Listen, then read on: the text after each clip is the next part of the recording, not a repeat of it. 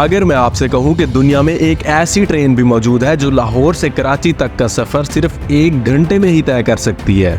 जी हाँ दोस्तों, चाइना ने अप्रैल 2024 में एक ultra high speed train launch करके एलोन मस्क को भी हैरान कर दिया। 1000 किलोमीटर पर आवर की स्पीड से चलने वाली ये ट्रेन दुनिया की सबसे फास्ट ट्रेन है और इस टेक्नोलॉजी को हाइपरलूप टेक्नोलॉजी का नाम दिया गया है। ये ट्रेन इतनी स्पीडफुल है कि शंघाई से हांगकांग का सफर सिर्फ 9 मिनटों में ही तय कर सकती है। इस ट्रेन की स्पीड लोकल ट्रेन से 10 गुना ज्यादा है। अब सवाल ये पैदा होता है कि जहाज से भी ज्यादा तेज रफ्तार ये हाइपरलूप ट्रेन आखिर काम कैसे करती है और क्या वजह है कि दुनिया के बड़े बड़े मुल्क भी इस चैलेंज को पूरा करने में नाकाम रहे। आइए इस टेक्नोलॉजी को एक्सप्लोर करते हैं। ये बात है साल 2013 की, जब पहली बार टेस्ला के मालिक एलोन मस्क ने इस टेक्नोलॉजी को इंट्रोड्यूस कराया था। लेकिन इस वक्त लोगों को ये मजाक लगा कि कैप्सूल नुमा ये ट्रेन एक लूप में कैसे ट्रेवल करेगी, क्योंकि इतनी स्पीड तो सिर्फ हवाई जहाज की ही होती है और जमीन पर कोई भी मशीन इतनी स्पीड से मूव नहीं कर सकती, क्योंकि जमीन पर इसे हर तरह के एनवायरमेंटल फैक्टर और मुज़ाहमत का सामना करना पड़ता है। एक आम सिविल एविएशन एयरक्राफ्ट की स्पीड 900 किलोमीटर पर आवर होती है, जबकि बोइंग 737 की स्पीड 950 किलोमीटर पर आवर है।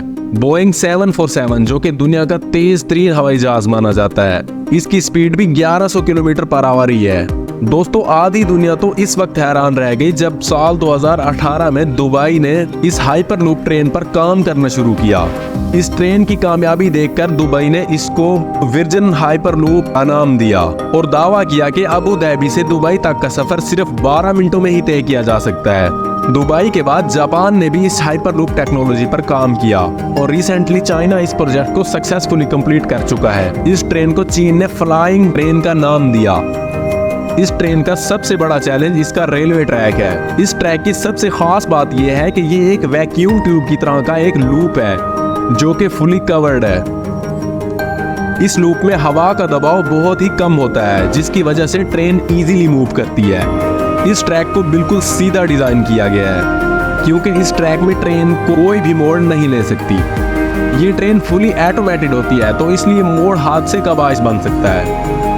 दोस्तों, अब सबसे बड़ा सवाल ये पैदा होता है कि आखिर इस लूप में ये कैप्सूल नुमा ट्रेन इतनी तेजी से मूव कैसे करेगी। तो इसके लिए इस ट्रेन को सक्सेसफुली ऑपरेट करने के लिए 3 मेजर रिक्वायरमेंट्स होती हैं। फर्स्ट, प्रोपेलिंग, मतलब कि ट्रेन को आगे कैसे बढ़ाया जाए। सेकंड, लेविटेशन, मतलब कि जब ट्रेन 1000 किलोमीटर पर आवर की स्पीड से चलती है तो ट्रेन इतनी ज्यादा फ्रिक्शन प्रोवाइड करती है कि ट्रेन को आग भी लग सकती है। फ्रिक्शन से बचाव के लिए ट्रेन को सरफेस से हवा में लेकर आने को ही लेविटेशन कहते हैं। नंबर 3 है गाइडेंस, मतलब कि ट्रेन लूप के अंदर हवा में मूव करेगी तो इसको स्मूथली एक डायरेक्शन में रखने को ही गाइडेंस कहते हैं। ये सारा काम एक सुपर कंडक्टिंग मैग्नेट से ही लिया जाता है। फर्स्टली ट्रेन को व्हील्स के जरिए ही मूव करना पड़ता है, लेकिन जैसे ही ट्रेन मैग्नेटिक जोन में पहुंचती है तो मैग्नेटिक फोर्स की वजह से ट्रेन हवा में उड़ने लगती है और व्हील्स को जहाज की तरह क्लोज कर लिया जाता है। स्ट्रॉन्ग मैग्नेटिक फील्ड की वजह से ही ट्रेन इतनी तेज और स्मूथली मूव करती है और मिनटों का सफर सेकंड में तय करती है। ये एक पोल्यूशन फ्री टेक्नोलॉजी है जो कि 100% सिक्योर और जदीद है, जिसमें जंप लगने का कुछ सवाल ही पैदा नहीं होता।